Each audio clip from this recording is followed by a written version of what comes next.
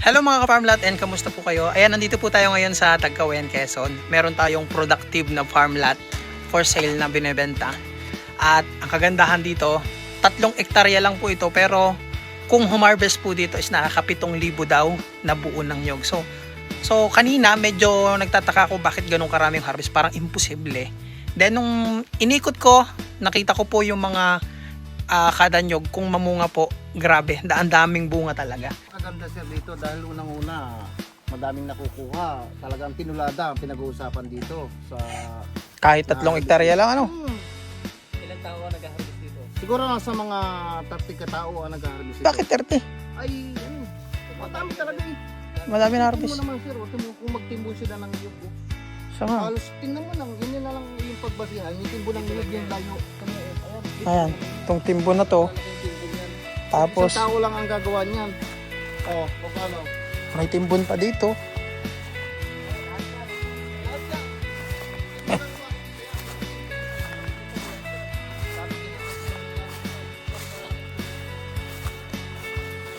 Ayan.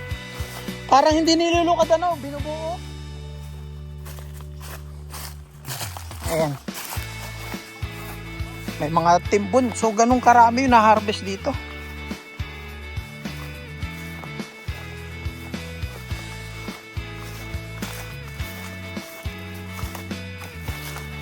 Pero grabe naman eh. Kita nyo naman yung mga kapamlat. Ano? Grabe mamungaw. Ito pa oh. Oh. Tasik na tasik. Ayun pa oh. Oh. Tasik mga bunga. Oh, ito pa. Ito pa, maliliit pa lang pero marami oh. Ayun pa. Oh. Mga ka-farmlat, ang isa sa pinakamaganda rin sa property, nako bihira tayo makakita nito ngayon. Lalo dito sa Quezon province ng mga clean title na property at buhay ang may-ari. At yun ang kagandahan nitong property na to, bukod sa maganda at maraming harvest. Maganda yung terrain ng lupa, abot ng sasakyan. Ayan, maganda pa yung papel dahil buhay ang nakapangalan sa titulo at hindi po ito klowa. Ano po? TCT title. Ayan, napakagandang lagyan to ng kambing. Pero siguro tatalian nyo kasi may mabababa pong niyog.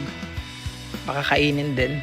So, Manok Panabong Farm, maganda rin siya dahil maganda yung terrain ng lupa niya. Ayan, kita nyo naman kahit saan po kayo tumingin, kabilaan, marami pong produkto, maraming niyog. Ayan, at kung gagawa kayo ng mga kubo, ayan, meron pong mga kawayan doon. Ayan, may mga saging din po dito mga ka-farmlat. At ito yung pagitan niya. May mga paper tree na tanim. Siguro ang edad nitong paper tree na to mga 2 taon. So pag naglakihan yan, mapapakinabangan nyo pa yan. Ayan. So kung kayo mga ka-farmlat ay OFW na naghahanap po ng retirement places, tamang-tama po itong lugar kasi tahimik. At ang good thing, may income yung produkto. Nag-generate po siya ng income dahil marami pong tanim na nyog puno at marami pong na-harvest dito. Yun nga lang, sa kabila ng ganda ng papel at ganda ng property, yung presyo nito medyo maganda rin dahil ang presyo po nito ay 100 pesos per square meter. So 3 hectare to, naghahalaga po ng 3 milyon. Yung mga ka-farmlat, hindi ka na maliligaw kasi may bakod yung karatig. Ayun, pakita ko sa inyo yung karatig. Tapos doon sa bukana may bakod din, may mga nakahilirang mga tanim po na paper tree. So hindi kayo maliligaw. At ayan, kung makikita nyo mga ka-farmlat, good looking yung property. Ayan. Ayan mga ka-farmlat, ang good thing sa property na to. Itong property na tong kabila, nabili yan ng buyer. Tapos nagpalagay na siya ng bakod ng concrete post. So itong binebenta, ito napakaganda kasi solid sa produkto. Hindi ka na magbabakod ng likod kasi may bakod na. Ayan. Ayan. Ito mga ka-farmlat, maganda yung terrain ng lupa dito kasi banayad lang siya.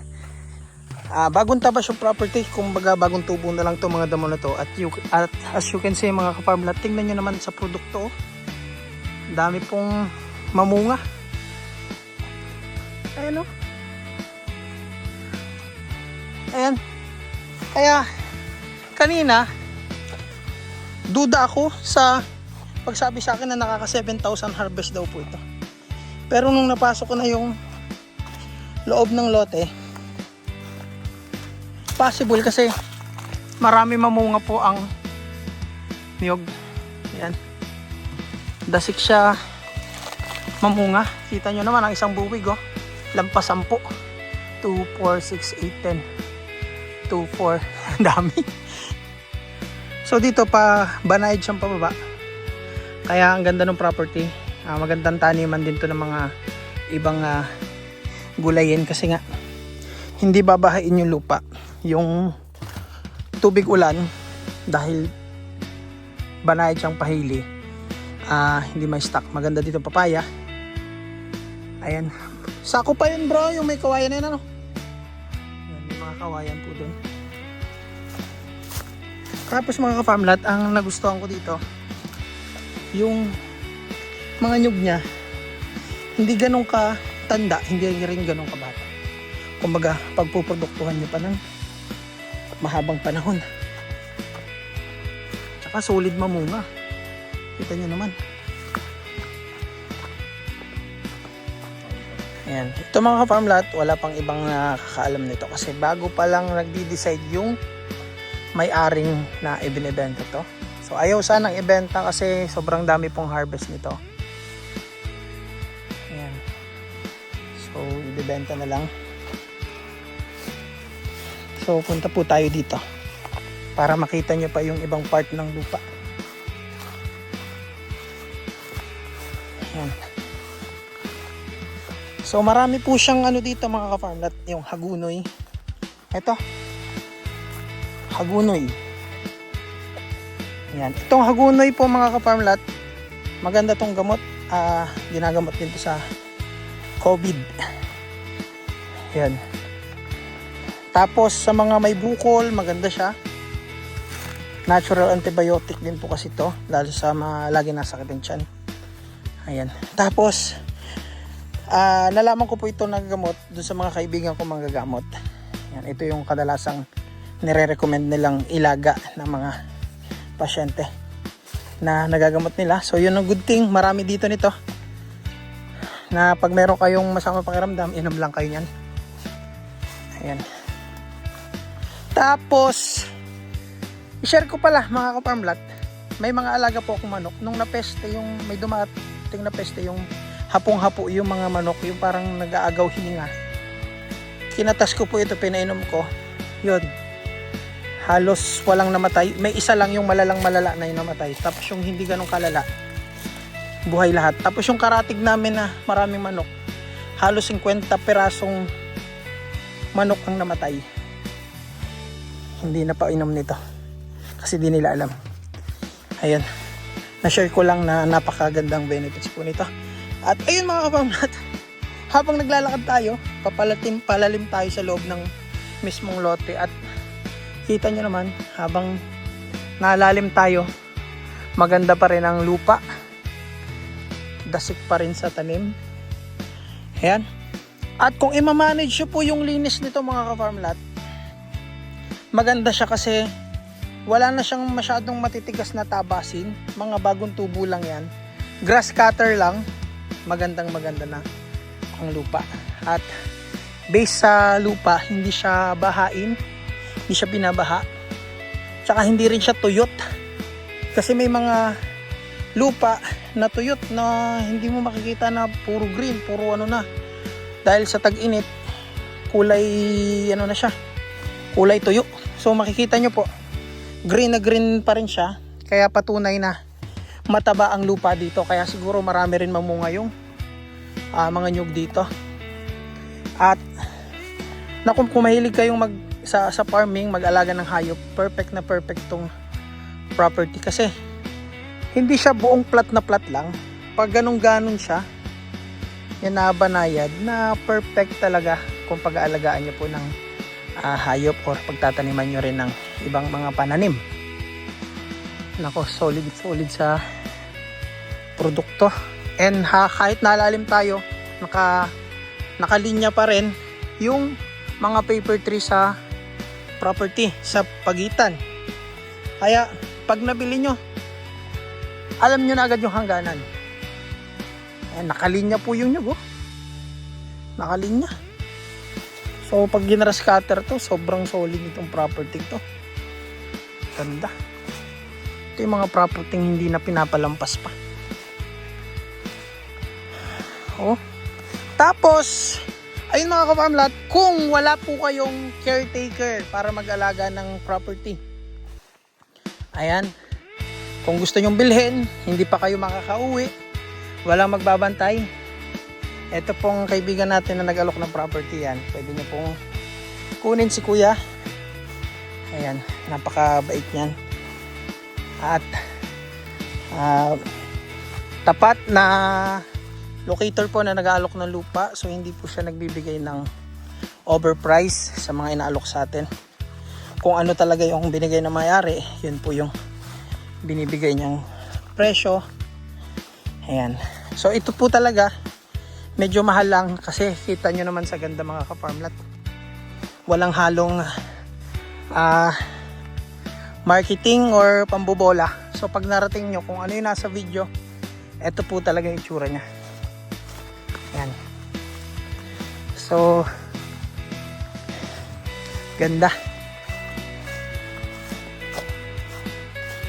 Ayan. For only 3 million, meron ka ng ganito kagandang farm lot na 3 hektarya po ito. Ayan. Ayan, may malaki pang puno, oh. Kuya, anong puno yun? Ilang-ilang. Ayan. Ilang-ilang. Ay, no, paborol to. Paborol siya. Basta, yun. Gusto ko yung terrain ng lupa niya, mga ka-farmlat. Pantay, tapos paborol ng bahagya. Yan. Hindi siya ganun kaplat, pero banayad naman yung pagka rolling niya. Kita nyo naman, oh. Tapos maganda yung pagitan niya naman na yung mga ninyog. Hindi dasik. Ayan, oh. Maganda yung pagitan. Yung tipong nakaka-penetrate pa rin yung sinag ng araw. Kaya kung gusto nyong taniman ng gulay sa loob, ay pwedeng-pwede. Kalamansi, saging, mga gulay. At di nyo na kailangan magpagawa ng kubo. Yun, may kubo na. Yan. Saan source ng tubig dito, kuya? Diyan ano, sa baba? Okay. Pwede naman mag-deploy na lang sila dito. Bali, ayun mga farmlat, mura lang yung taxes na binabayaran dito kasi agriculture nasa 600 plus lang ang yearly nyo. And ayun mga farmlat, TCT title at ang isa pa, napaka-clean po ng title, walang encumbrances sa likod. At isa pa, napakaganda po ng lot plan nito.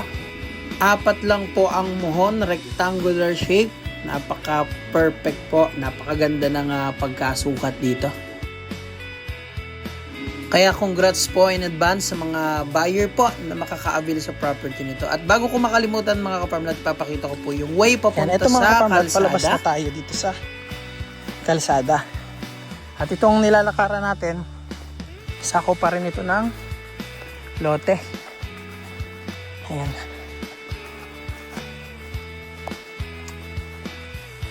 Yan, oh. Yan. Palabas tayo ng kalsada. So ito, dito dinadaan yung mga produktong galing dito sa property. Ayan na. So ito na yung service natin. So dyan tayo nag-park. Ayan. So ito yung bakod. Ayan. So ito na yung kalsada. Ayan, kalsada. Ito. Mga ilang kilometro ito palabas ng highway? Siguro pinaka-4. Mga 4 kilometers. Yan, 4 kilometers galing National Highway. Yung Manila Bicol na highway po. Ayan. So ito yung pagpasok ng property. Yan. Tapos ito na po yung bakod pa ganon. Yan. Ito yung pagitan, may bakod na po siya. Tapos dito sa kabila mga ka-farm lot, may bakod na rin siya, may barbed wire. Yan. So ito na po yung buong property ng Nyugan. So ito yung pag pumasok ka, ito yung ambience na bubungad sa'yo papunta dun sa kubo na yon na sakop ng property. Ayan. Na makikita nyo na sobrang daming tanim na nyug. Ayan. So ayan mga ka-farm lot, nagda-drive na tayo palabas at ito yung mga dinadaanan natin. May rough road, may cemented, pero yung rough road niya hindi po lubak-lubak na masyadong malalim. Kahit po si Dan makakapasok dun sa property. Ayan, kita nyo naman. Bali, nasa 3 kilometers drive po ito from property going to National Highway na Manila Bicol na road. Ayan. So, ang distance natin sa town proper, siguro mga 30 minutes drive. Tapos, kung pupunta tayo sa town proper ng Santa Elena, siguro mga 20 minutes drive. Mas malapit sa town proper ng Santa Elena kaysa sa mismong town proper ng Tagkawayan. Ayan, cemented na po siya. So, ayan mga ka-farm lots, salamat po sa mga nanood. At ito po, summarize lang mga ka-farm lots. So, yung property ay 3 hektarya. Ang halaga po ay 3 milyon. Ito po ay matatagpuan sa bayan ng Tagkawayan, Quezon. Yung property ay maganda as babuyan dahil hindi siya dikit sa mga bahayan. So, pwede kayo magbabuyan. Ang kagandahan, may katuwang po kayo pagbili ng bahog kasi maraming income ang property. Kung manok panabong, ganun din. Kung kambingan, maganda po yung lupa, mataba, green na green po. Maraming damo compare sa ibang mga farm lot na dugyot at tuyot na. So, para sa akin, panalo po kayo yan. At wala kayong sakit sa ulo kasi tabing kalsada yan at clean title, tapos buhay pa yung nakapangalan si titulo. So, good luck mga ka-farm lot. Mga ka-farm lot, ako po si Jeffrey Palmado at hayaan nyo pong mapagservisyon ko po kayo. At looking forward na makasama po kayo sa tripping and dagsang biyaya po sa inyong lahat. Naway ingatan po tayo lagi ng ating amang liwanag sa kalangitan, ng ating amang Jesus sa kalangitan at sa lahat ng mga banal na anghel sa kalangitan. Patuloy nyo po kaming gabayan at ingatan. Maraming salamat po at ingat po tayo mga ka-farm lot.